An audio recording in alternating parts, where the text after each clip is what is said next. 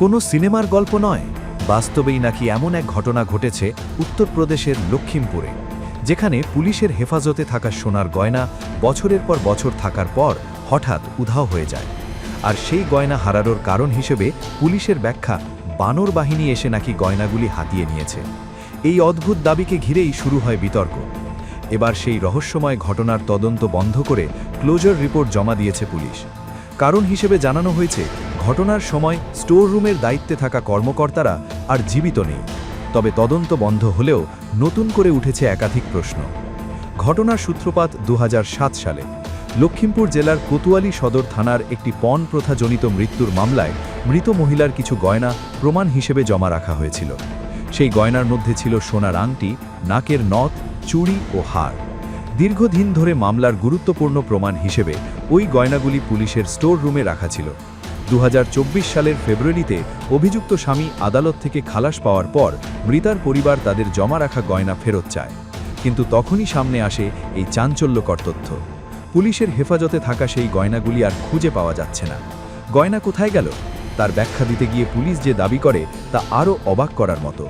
পুলিশের বক্তব্য ছিল, 2013 সালে বৃষ্টির কারণে কাপড়ে মোড়ানো গয়নার প্যাকেট ভিজে যায়।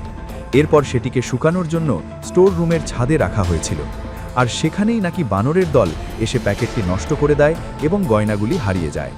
তবে পুলিশের এই ব্যাখ্যা মেনে নেয়নি আদালত। 2024 সালের জুলাই মাসে লখিমপুর আদালত বিষয়টি নিয়ে তদন্তের নির্দেশ দেয় এবং পুলিশের বক্তব্য নিয়ে একাধিক প্রশ্ন তোলে। আদালত জানায়, থানার মতো নিরাপদ জায়গায় রাখা সোনার গয়না বাইরে ছাদে শুকাতে দেওয়ার কোনো যৌক্তিক কারণ নেই। বিচারক আরও উল্লেখ করেন, সোনা জলে নষ্ট হয় না, তাই বৃষ্টিতে ভিজে যাওয়ার পর গয়না শুকানোর জন্য বাইরে রাখার যুক্তিও গ্রহণযোগ্য নয়। আদালত আরও প্রশ্ন তোলে, স্টোর রুমে শুধু এই গয়নাই নয়, বহু গুরুত্বপূর্ণ অপরাধের প্রমাণ রাখা ছিল, সেখানে এমন জিনিস কিভাবে খোলা জায়গায় রাখা হলো? আদালতের পর্যবেক্ষণে ইঙ্গিত দেওয়া হয়, বিষয়টির পিছনে শুধুমাত্র গাফিলতি নয়, অন্য কোনো ষড়যন্ত্র বা অনিয়মের সম্ভাবনাও খতিয়ে দেখা প্রয়োজন। এরপর আদালত নির্দেশ দেয়, স্টোর রুমের অ্যাকর্ড, কেস ডায়েরি ও প্রমাণ সামগ্রী সংরক্ষণের ব্যবস্থায় কোনো কারচুপি হয়েছিল কিনা তা তদন্ত করে দেখতে হবে। পাশাপাশি হারিয়ে যাওয়া গয়নার ক্ষতিপূরণের বিষয়টিও বিবেচনা করার কথা বলা হয়। কিন্তু প্রায় 2 বছর পর পুলিশ এখন জানাচ্ছে, ঘটনার সময় স্টোর রুমের দায়িত্বে থাকা কর্মকর্তাদের মৃত্যু হওয়ায় তদন্ত আর এগিয়ে নিয়ে যাওয়া সম্ভব নয়। 17 জুন প্রকাশিত এক বিবৃতিতে লখিমপুর পুলিশ জানায়, তৎকালীন হেড চন্দ্রিকা প্রসাদ ও রামবক্ষ পাল আর জীবিত নেই। সেই কারণেই মামলায় ক্লোজার রিপোর্ট জমা দেওয়া হয়েছে। তবে এখানেই তৈরি হয়েছে আরও বড় প্রশ্ন। পুলিশের সাম্প্রতিক বিবৃতিতে যাদের নাম বলা হয়েছে তা আদালতের আগের নথির সঙ্গে মিলছে না। আদালতের 2024 সালের নথিতে স্টোর রুমের দায়িত্বে থাকা 4 জন কর্মকর্তার নাম উল্লেখ ছিল, মোহররাম, রামাকান্ত তিওয়ারি, মেওয়ারাম ও ঈশ্বর দয়াল। তাদের মধ্যে শুধুমাত্র ঈশ্বর দয়ালের মৃত্যুর কথা বলা হয়েছিল। ফলে প্রশ্ন উঠছে, গয়না হারিয়ে যাওয়ার সময় আসলে স্টোর রুমের দায়িত্বে কে ছিলেন? কেন বিভিন্ন জায়গায় দায়িত্বপ্রাপ্ত কর্মকর্তাদের নামের মধ্যে এত পার্থক্য দেখা যাচ্ছে? এই অসঙ্গতি এখন পুরো ঘটনার রহস্য আরও বাড়িয়ে দিয়েছে। মৃত মহিলার পরিবারের আইনজীবী শৈলেন্দ্র গৌড় পুলিশের এই নিষ্পত্তি নিয়ে প্রশ্ন তুলেছেন। তার অভিযোগ, পুলিশের বক্তব্য বারবার বদলাচ্ছে এবং আসল দোষীদের আড়াল করার চেষ্টা হচ্ছে। তার দাবি, আদালতের নির্দেশ থাকা সত্ত্বেও পরিবার এখনও গয়নার ক্ষতিপূরণ পায়নি এবং এর পিছনের আসল সত্যিও সামনে আসেনি। वर्ष 2007 में मुदित अग्रवाल की पत्नी दीपावली वाले दिन आत्महत्या कर ली थी। इसकी रिपोर्ट उन्होंने लिखवाई थी मुदित अग्रवाल ने। वो ट्रायल चल रहा था। During the pregnancy of the trial ये पाया गया कि इनके शरीर पर जो पाए गए गहने थे वो मिले नहीं, जिससे विवेचना काफी दिनों तक लंबित रही।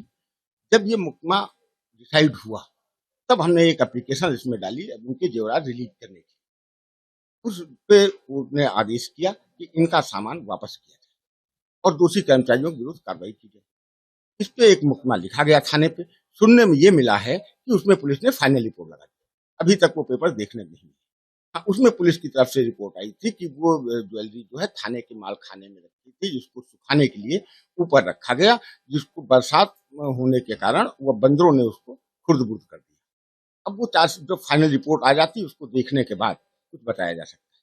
प्रकरण ये है कि 2024 में जब मैं बरी हुआ था जनपद न्यायाधीश महोदय के यहाँ से, उसके बाद मैंने जो मेरी वाइफ सोने का सामान पहने हुए थी उसके लिए मैंने प्रार्थना पत्र जनपद न्यायाधीश महोदय के यहाँ दाखिल किया था। उस प्रार्थना पत्र पर सुनवाई करते हुए जनपद न्यायाधीश महोदय ने सदर कोतवाली से रिपोर्ट मांगी।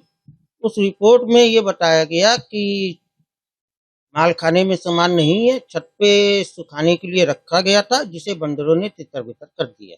ये सर उसमें जज साहब ने ये कहा है कि दोषी पुलिसकर्मियों का पता करा के विभागीय कार्रवाई करते हुए उनके खिलाफ FIR दर्ज की जाए और प्रार्थी आबलिक आवेदक को ही क्षतिपूर्ति का लाभ दिया जाए। सर ये मेरा पुश्तैनी और कीमती सामान था। सर सोने की चैन है, सोने की अंगूठी है, सोने का नाक का फूल है और 10 सोने की चूड़ियां हैं। एक सोने की चैन में रुकी नुका लॉकेट है। কি রে তোর বেশ র্যাশ হয়েছে দেখছি। হ্যাঁ রে, কি করব বলতো, র্যাশগুলো কিছুতেই কমছে না। অনেক কিছু ইউজ করলাম তবুও কমছে না। আমার মনে হয় তোকে কোনো একজন ভালো ডার্মাটোলজিস্টের কাছে দেখানো উচিত। তুই ঠিক বলেছিস, কিন্তু কোনো ভালো ডার্মাটোলজিস্ট থাকলে একটু সাজেস্ট কর না প্লিজ। এই তোর তো একবার র্যাশ হয়েছিল না, তুই কোথায় দেখিয়েছিলিস? তুই একবার গৌরীদেবী হসপিটালসে দেখাতে পারিস, ওখানে ভালো এক্সপিরিয়েন্স ডার্মাটোলজিস্ট আছে। আমারও সেম প্রবলেম হয়েছিল, এখন ওখানে ট্রিটমেন্ট নিয়ে আমি এখন ঠিক আছি।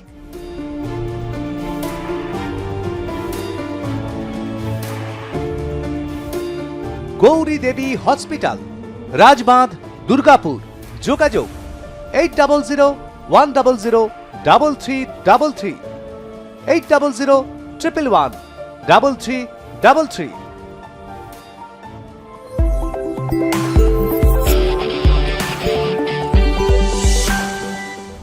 এই ঘটনায় স্বাধীন তদন্তের দাবিও উঠেছে। বিশিষ্ট আইনজীবী ও প্রাক্তন অতিরিক্ত সলিসিটর জেনারেল সিদ্ধার্থ লুথরা মনে করেন, থানার স্টোর রুমে রাখা প্রমাণ সামগ্রীর প্রতিটি তথ্য সঠিকভাবে নথিভুক্ত থাকার কথা। শুধুমাত্র দায়িত্বে থাকা কোনো কর্মকর্তা মারা গিয়েছেন বলে তদন্ত থেমে যেতে পারে না। তার মতে ঘটনার পিছনে কারো গাফিলতি ছিল কিনা তা খুঁজে বের করা প্রয়োজন। এখনও পর্যন্ত এই রহস্যের কোনো সঠিক উত্তর মেলেনি। পুলিশের দাবি বানরের কারণেই গয়না হারিয়েছে, কিন্তু আদালত, পরিবার ও আইনজীবীদের প্রশ্ন, যদি সত্যিই বানর গয়না নিয়ে থাকে তাহলে এত অসঙ্গতি কেন? সোনা হারানোর এই ঘটনায় এখন সবচেয়ে বড় প্রশ্ন, বানরের গল্পের আড়ালে কি লুকিয়ে রয়েছে অন্য কোনো কারণ?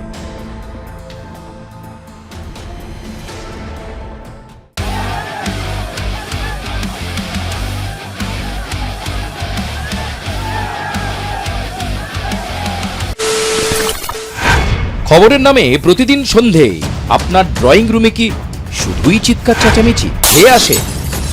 বিতর্কের নামে চলে গালাগালি আর কাদা ছোড়াছুড়ি। এবার সময় পরিবর্তনের, কারণ আমরা কান ফাটানো চিৎকারে বিশ্বাস করি না।